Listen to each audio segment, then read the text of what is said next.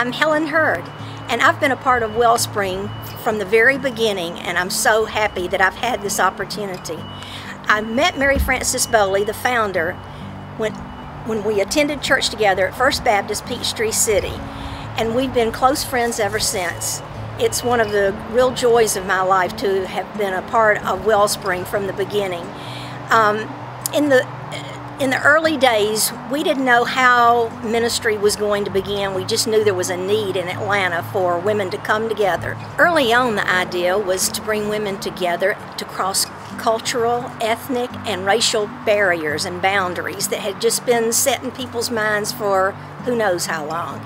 And we started having functions like retreats for women, and we'd get together and just pray and have entertainment and study the Word together, and we started breaking down those boundaries that keep people apart and divide. So from that, we decided that there was more that could be done with this group of women that had been meeting together and praying together with regularity.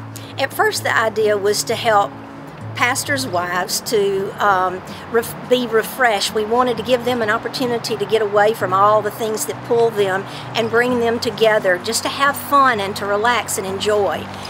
And then as women continued to pray, we realized that there was something more going on in Atlanta that needed to be addressed. And there were so many women that were in the strip club business, in prostitution, that had been involved in drug addiction and alcoholism, and they needed an opportunity to start all over again.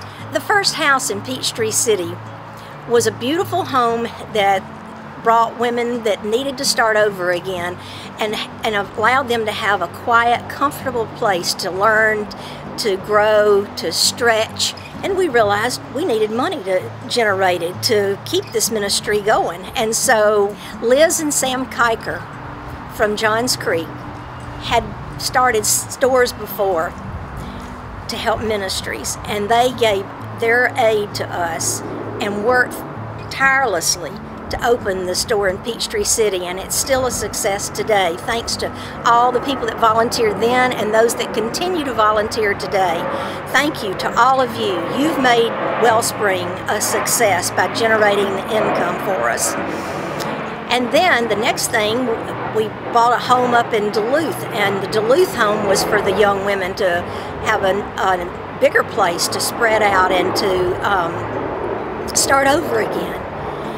That home was redone and made just a beautiful place for them, and it's still used today. And then the children's home was an option that became available, and we used the children's home to, again, we had everything redone there in the 3 cottages that we used, and it turned out to be a beautiful place for the young girls to come.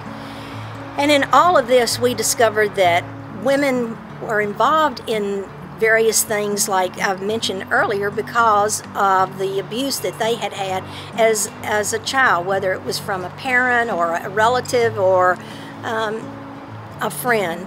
Something had happened in their childhood that caused them to make some poor decisions. Now then, we have a place in Farabeen, which you can see behind me, which is beautiful, and women are coming here to start over again. All in all, I'd like to say Mary Frances and Dick Boley, y'all are my heroes. I will always be grateful to you for letting me be a part of this. I'm so thankful for the fun and all that I've been taught just by being with these precious young ladies. It's been a wonderful journey, and I know that there's going to be many years to come of ministering to people in the name of Jesus Christ.